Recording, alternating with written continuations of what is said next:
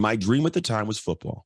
I want to be great at the game of football. What does a great football player do? What I realized was they lift weights, run routes, catch footballs. All things I'd never done before, but I did them day in, day out for an entire offseason of football, 7 straight months.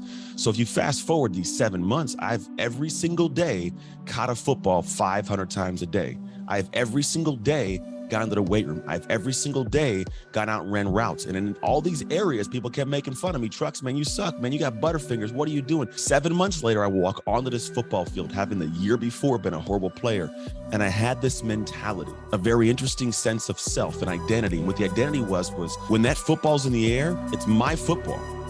When you're running at me, I'm going to tackle you. When I'm running at you, you will not tackle me. And here's what it was. I have done too much work in the dark for you to take what is mine in the light.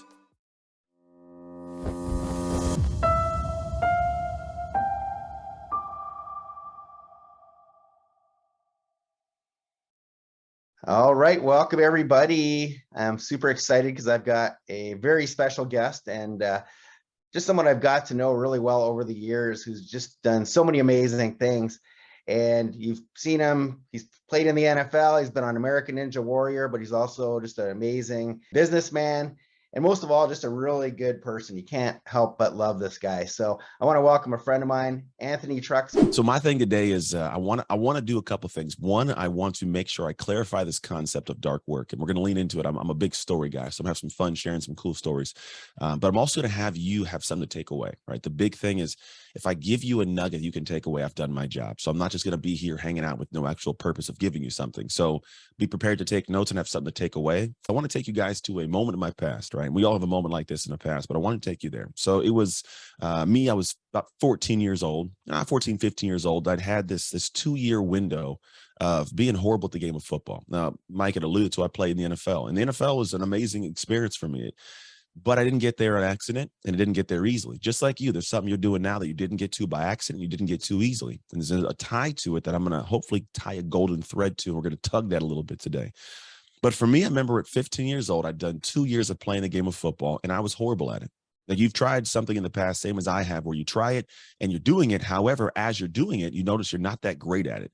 And what it does, it starts to fill you with a little bit of that doubts, the limiting beliefs. Like you start questioning whether you can go to that next tier. Now, I don't care who you are. You could be a person that's just getting started or a person who's been in some realm for a long period of time. We all have an idea or an aspiration for more. And so for me, I'd done these 2 years. I wanted to be better at the game, but I realized I sucked at it. So I checked out. Like I was not good at this. And I did what a lot of us do, make really believable excuses.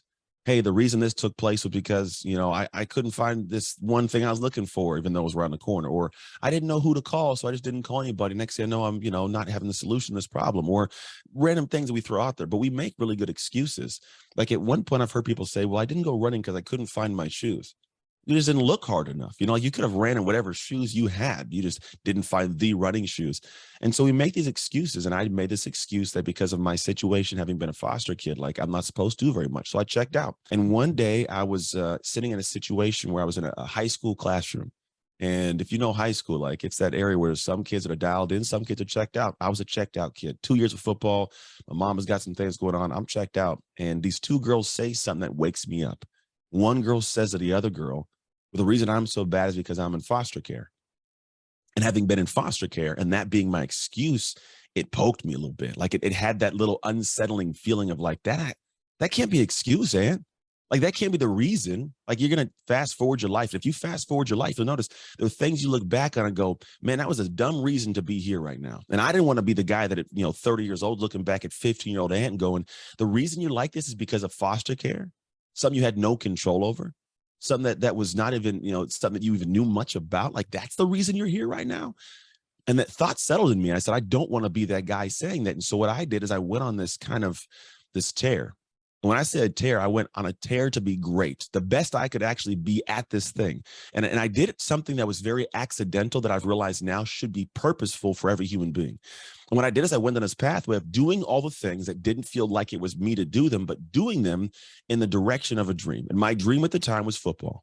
I want to be great at the game of football. Now, for you, it might be great as a mom or a husband or a father or a cousin or a sister or a business leader. There's something you desire to be great at, no matter what it is. And there's a little apprehension because you're not great yet. And what we do is we don't lean in because the things we have to do to lean in don't feel comfortable yet. The cold calls, the list building, the conversations, maybe the networking, the sales, it doesn't feel in a groove with who I am just yet. So I just don't do it. And I make really good excuses to not do it. I was tired of having that in my head for football. So I was like, well, what does a great football player do? What I realized was they lift weights, run routes, catch footballs, all things I'd never done before, but I did them day in, day out for an entire offseason of football, 7 straight months. So if you fast forward these 7 months, I've every single day caught a football 500 times a day. I've every single day got into the weight room. I've every single day gone out and ran routes. And in all these areas, people kept making fun of me. Trucks, man, you suck, man. You got butterfingers. What are you doing? All these things kept kind of flowing into my ear space. So for me, I get to this moment where I go, you know what? Can't be me. I kept on leaning in. And here's what took place. It's a very magical thing. And this is our whole time to talk today, because this is the guttural sense of what's allowed me to be me.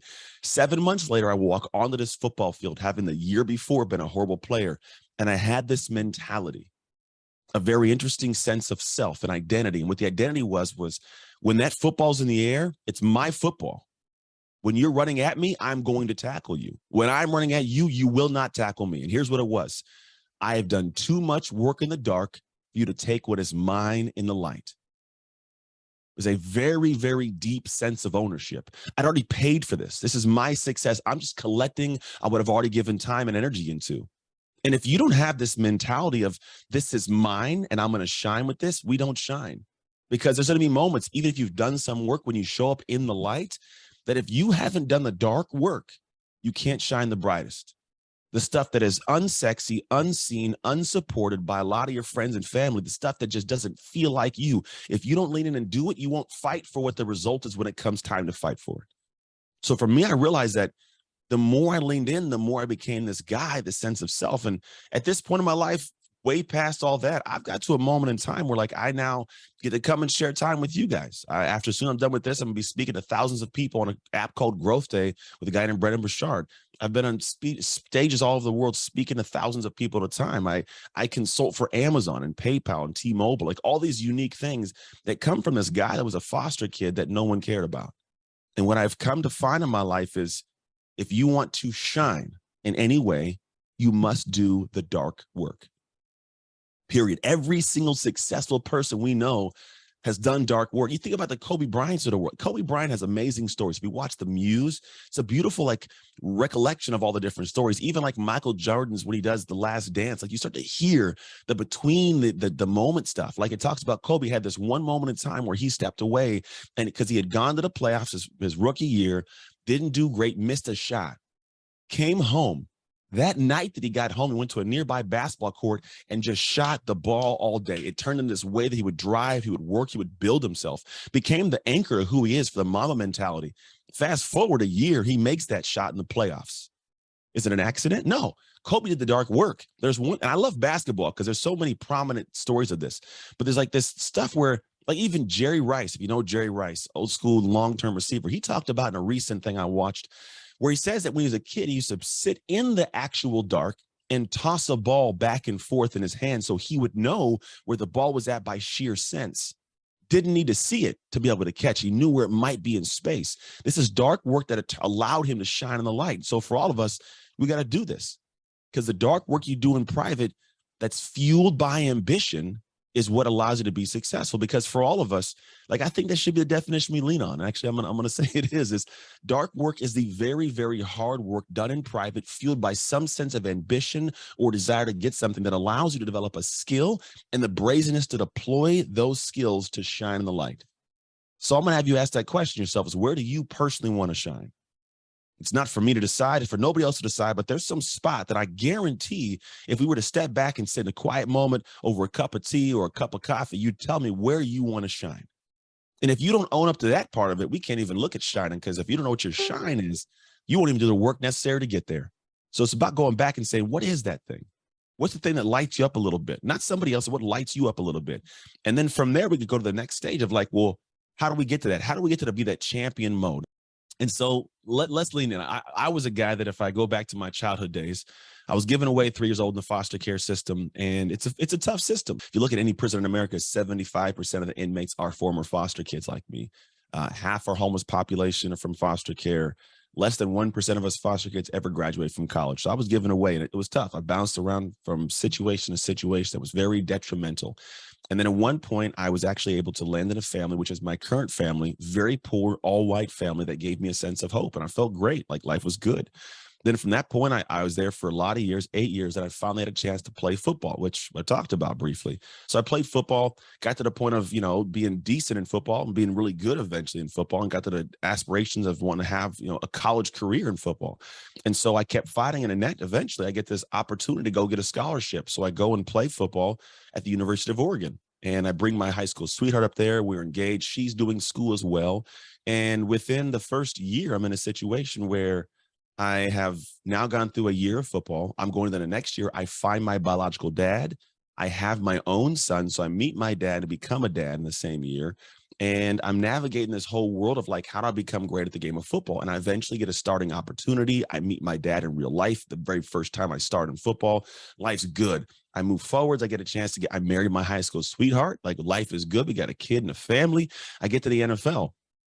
NFL is an interesting monster because it's such a beautiful place. I mean, you got to think the highest level in the world for something, the pinnacle of it all, right? It's like you get to be a guy with a helmet on. Every kid wants your autograph. Every dad wants to be you. Every mom wants to be with you, you'll call it. And there's always weird dynamics that tie into it, but it's a really cool experience. And you get to really, exercise all the traits of your humanity. It's a great place to experience, but NFL also stands for not for long. So I got in. Third year, left shoulder gets torn, ends my season, ends my career, and I come home. And while life has been building up, it starts to go on a decline. And we've all experienced these things sometimes. So at some point, I'm home and I have this injury and I lose a sense of self. I don't know who Anthony is without this football game, right? So I'm trying to fill that gap. So I go, I'm going to start a gym business. My degree's in kinesiology, so I know the body. Let me go step into that realm. So I step into that realm. Unfortunately, I have no idea what I'm doing. I've never had a business before. I've never owned a gym membership. I don't know how to navigate upset. I have no clue what I'm doing. So lo and behold, I get to this point where now, like every 2 weeks for about 6 years, I'm struggling. I can't pay rent. I can't pay rent and payroll. Every 2 weeks, a cycle. And the first year of it is when it all kind of goes tumbling down. And what happens is we have a couple more kids. We have twins. So my wife and I are married with twins and a 4-year-old. But marriage is on the rocks. Like, everything's super rocky. So next thing you know, like I'm divorced. Marriage falls apart. I'm not a present father because I'm never around. I was at that gym trying to make a name for myself from 6 a.m. to 10 p.m. every day, just gone. And so obviously a woman who's at home with these kids and no husband, like, it's tough. And the marriage falls apart.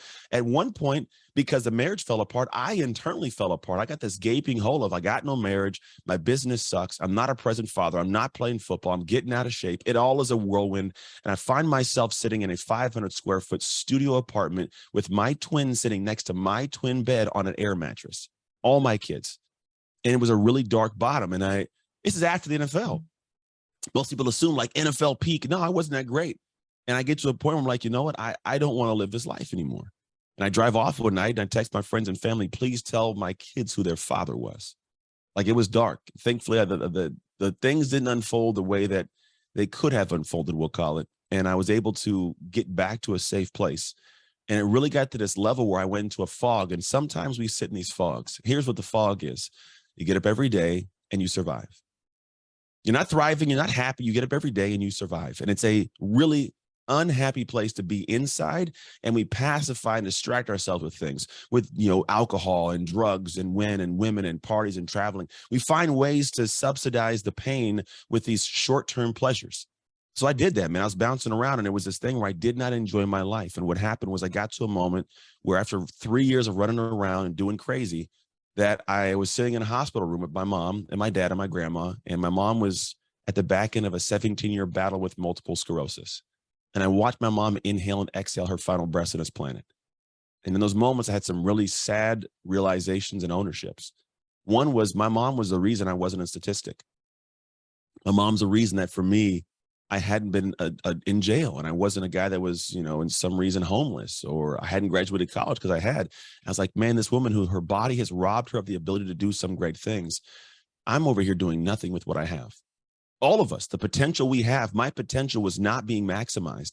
And it made me really, really unhappy, disgusted with myself. And I remember I made 2 promises to my mom before she passed. I said, Mom, I'll fix my life. And when I do, I'm going to help anybody I can the way you helped me, unconditionally. And so I went on this journey to figure it out. And to be honest, it took a long time. But I went through this thing that really, if I look at it, was what I did when I was 15. The same thing. When I was 15, I did this dark work so I could shine. Right now, my light was dim. And for some people, your light might not be dim, but it's not as bright as it can be. You know as well as I do, there is definitely a brighter way to live this life. Now, it may not be bright stars, Hollywood's, like that ain't the thing, but can it be brighter in the way that I interact with somebody in my life? Can it be brighter in how I see myself physically, emotionally, spiritually? Can there be a brighter sense to who I am? And if there can be, and you can accept there is a place you want to shine, we got to look at the dark work. Because if you can do that, it'll change your life. Because here's what the dark work did for me. I leaned back in. I did this dark work. And in doing so, fast forward 3 more years-ish, I got to a point where I was able to remarry my ex-wife. We have an amazing marriage. I just sent my first son off to college. Like, my life is, I get to travel, all the cool things I talked about, but that wasn't because of what I did when I was in NFL or in college or in high school. It's all because of this window of time when I did what I had done previously when I was in high school, when I was in college, when I was in the pros. And then when it came tumbling down, I lost sight of. And it's really a matter of unpacking what it means to do dark work and how. So when I talk about this with you now, I want you to think about yourself and where things fit, because there's going to be 3 steps I talk through that if you genuinely take these 3 steps and apply them in real time, you can look at a life that's vastly brighter 3 months from now or less. And if we do that, if I can plant that seed, then I've done my job today. So let's talk about this.